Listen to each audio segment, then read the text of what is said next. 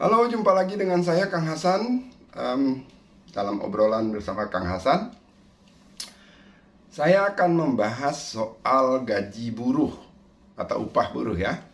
Jadi sekarang ini para buruh di mana-mana demo, walaupun nggak besar ya, nggak bisa besar demonya, untuk menuntut kenaikan upah. Jadi pemerintah sebenarnya sudah menetapkan kenaikan upah yang tidak besar, jadi ada yang cuman 1%, ada yang 0, sekian persen. Yang agak berbeda cuman DKI menetapkan 5, sekian persen. Jadi kalau di konversi ke nominal itu ya sekitar ada kenaikan mungkin 200.000 lebih gitu. Nah di tempat lain tuh nggak ada kenaikan. Kenapa begitu? Karena pemerintah sudah menetapkan standarnya itu berdasarkan standar inflasi dan sebagainya. Dari hitung-hitungan itu ditetapkan untuk tidak naik. Nah, yang naik tadi 1%, 3%, nggak ada 3%, 0,3% dan sebagainya itu ya kalau kita lihat emang kayak bercanda ya. Naik kok 0,3% dari 4 juta misalnya, atau dari 3 juta itu ya cuman ada kenaikan bangsanya 50.000, 40.000 gitu kan. Itu ya yang mending nggak usah dinaikin, sama aja nggak usah dinaikin gitu kan. Nah dari sisi itu sepertinya tepat gitu, artinya buruh keberatan dengan kenaikan gitu ya, mintanya minimal 5% atau 3% gitu kan, sesuai dengan apa yang dilakukan di DKI. Tapi coba perhatikan, kalau misalnya ini naik 5%, itu akan banyak industri yang kelimpungan. Kelimpungan tidak akan sanggup bayar upah. Ya. Apa yang terjadi? Industri akan tutup. Kalau tutup, apa akibatnya? Buruh tidak punya kerjaan, nganggur.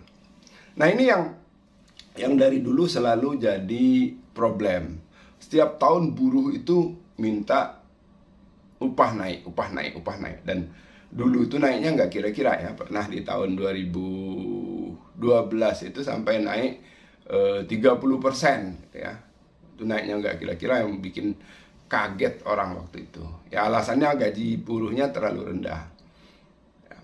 Tapi apa akibatnya? Akibat kenaikan ini emang senang kan? Oh, kita berhasil memperjuangkan kenaikan. Tapi faktanya, industri-industri yang nggak sanggup bayar itu tutup. Ya, tutup. Nah, ada kelakar di kalangan Asosiasi Perstekstilan Indonesia. Anda mungkin masih ingat bahwa dulu Bandung itu terkenal sebagai pusat industri tekstil, jeans murah dan sebagainya itu ada di Bandung.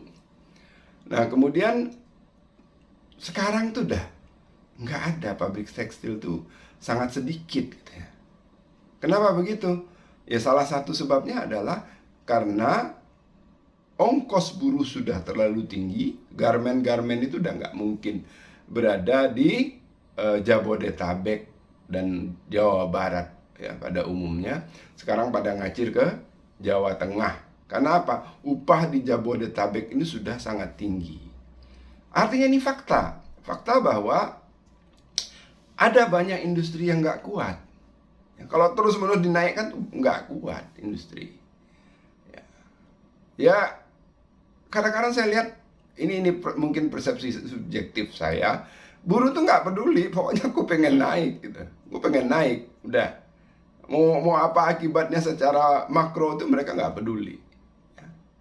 Kalau berhasil menaikkan upah, artinya perjuangannya sukses. Nah ini yang harus kita beri garis bawahi. Ya. Apa yang terjadi ketika pengusaha tidak sanggup membayar upah? Pertama dia relokasi, pindahnya kemana? Ya kalau masih mungkin pindah ke Jawa Tengah, pindah ke Jawa Tengah. Kalau nggak mungkin ya pindah ke Vietnam, ke Myanmar dan sebagainya. Yang kedua adalah mereka akan lakukan otomasi, ya. Artinya manusia itu diganti mesin. Saya pernah ngurus pabrik sederhana di Kerawang. Kami assembly produk plastik yang ada sedikit komponen listriknya, dan untuk komponen listrik itu perlu kabel yang dipotong kemudian dikupas ujungnya. Nah, waktu itu pakai beberapa operator untuk mengerjakan ini, ya. 4 orang operator kalau nggak salah, kerja 2 shift, ya, untuk memenuhi kebutuhan ini. Ya, waktu itu gaji operator masih sekitar 2 juta sebulan. Ya, artinya sebulan saya habiskan 8 juta, sekitar 8 juta, katakanlah 10 juta sebulan. 10 juta. Nah, kemudian ya karena kalau ini sih bukan soal upah sih waktu itu, karena sering nggak masuk ini anak-anak, jadi pusing dengan urusan buruh itu. Kami berpikir untuk ngurangi saja, jangan banyak-banyak buruhnya. Nah, akhirnya apa? Saya beli pemotong kabel dari Cina. 2 unit ada, dia potong dan kupas tuh. Itu kerjanya cepat, kerja, hasilnya sudah masuk dalam keranjang, ya, otomatis. Untuk 2 mesin itu cuma perlu 1 operator untuk masangin kabel. Sudah berkurang 3 operator setiap bulan, berkuranglah biaya, ya, 6 juta sampai 8 juta rupiah. Ya tentu saja ada harga buat beli ini tadi, tapi dalam kira-kira 7-8 bulan itu sudah kembali modal gitu lah. Dan setelah itu boleh dibilang ya kita mendapatkan pekerjaan ini secara gratis, hanya bayar listriknya saja gitu kan. Nah, ini yang terjadi, ya. Kalau dipaksakan, orang akan gunakan mesin, dan itu pun fakta yang terjadi. Saya pernah tanya ke sebuah pabrik rokok, ya, berapa karyawan sekarang? Dia bilang cuma 200, padahal itu pabrik rokok gede banget. Kenapa? Pakai mesin otomatis semua. Kita bayangkan zaman dulu yang mempekerjakan buruh itu memakai 5.000 sampai 6.000 orang satu pabrik rokok. Sekarang nggak perlu lagi. Ya artinya apa? Pengusaha itu akan selalu berpikir, kalau misalnya dipaksa terus bayar sekian, ya dia punya opsi pakai mesin. Dia punya opsi pindah. Nah, sebaliknya buruh itu sebenarnya nggak punya banyak pilihan. Ketika perusahaan tutup, ya mau apa? Ketika karyawan dikurangi, lu mau apa? Sedang terjadi sedikit demi sedikit dikurangi, nggak masalah memang. Ya tapi di banyak perusahaan itu pengurangan. Itu satu hal. Ya tadi tutup kemudian. Nah, dan banyak juga sebenarnya buruh-buruh yang ya udahlah, perusahaan sanggupnya berapa, kami terima, itu banyak. Ya, di bawah UMK itu banyak. Kenapa mau? Ya daripada nggak ada kerjaan. Sementara di sini nuntut terus nuntut. Ada kelompok buruh yang boro-boro, ya, dapat UMK, dibayar mungkin 3/4 UMK pun nggak masalah. Karena mereka butuh kerjaan. Yang penting perusahaan masih hidup, bisa memberi mereka upah daripada nganggur. Nah, lagi-lagi ya serikat-serikat buruh sepertinya nggak terlalu peduli dengan fakta itu. Pokoknya minta naik. Nah, apakah nggak boleh minta naik? Boleh. Menurut undang-undang yang permintaan kenaikan upah yang paling patut itu adalah permintaan kenaikan kepada perusahaan sendiri. Lu mau mogok juga boleh di situ. Itu disahkan loh. Ya, artinya minta naik upah, mogok itu disahkan. Dan dibenarkan oleh undang-undang. Yang sekarang terjadi itu kan ancaman mogok nasional. Nggak ada mogok nasional dalam undang-undang kita. Mogok dalam bentuk protes kepada pemerintah tuh nggak ada.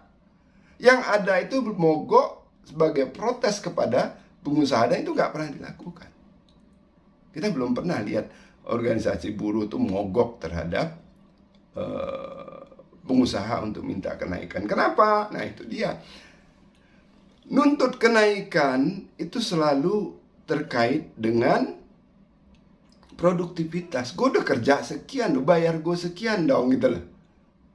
Nah pertanyaannya, berani nggak buruh nantang pengusaha yang membayar dia, menggaji dia dengan tantangan itu? Gue udah produktif sekian. Berani nggak? Saya selalu bilang sama teman-teman serikat pekerja di perusahaan ya, bukan yang di organisasi. Tantangin aja perusahaan. Kalau kita profit sekian, kami dapat sekian. Mungkin tidak dalam bentuk kenaikan gaji, tapi dapat bonus. Kan sama aja kalau dibagi rata per bulan gitu kan, dapat bonus. Misalnya 3 bulan gaji. Ya, 3 bulan gaji itu kan nanti kalau dibagi 12 ya, 1/4 bulan gaji setiap bulan. Nanti lo kenaikan 25% lo itu ya, 25% kenaikannya. Kenapa nggak seperti itu misalnya ya? Kalau saya dulu masih ngurus perusahaan, artinya masih mengurus pabrik, saya dulu anjurkan anak-anak seperti itu. Yuk kita kerja keras, tingkatkan kinerja perusahaan, kalian dapat bonus, ditambah kalau berprestasi ya naik pangkat kan. Naik pangkat itu kenaikan gajinya bisa setara dengan 30%, 40%. Kalau naik jabatannya, kalau enggak ya tadi kejar bonusnya. Enggak ada yang melakukan ini yang saya sayangkan. Ya, kalau memang perusahaan kita untung, kita nuntut, itu wajar. Yang terjadi sekarang untung nggak untung, pokoknya gue minta naik dengan memakai aturan pemerintah, dengan memakai kekuasaan pemerintah. Nah ini yang nggak patut. Kalau menurut saya nggak patut. Ya, nggak patut artinya ketika tidak terjadi ketidakseimbangan, orang nggak peduli. Gitu. Jadi ya jujur saja saya sedih melihat upah kok cuma naik 0, sekian. Tapi kalau dipikir-pikir, ya udah nggak apa-apa, upah minimum naik segitu. Tapi upah di perusahaan kita kan bisa kita tuntut lebih tinggi. Dengan cara gimana? Lu kerja lebih produktif lagi. Ya, lebih produktif lagi. Ya tantangin pengelola perusahaan. Berapa target profit? Berapa target sales yang ingin dicapai? Berapa target produksi yang dicapai? Kalau kami capai, berapa kami dapat? Gitu loh, ya.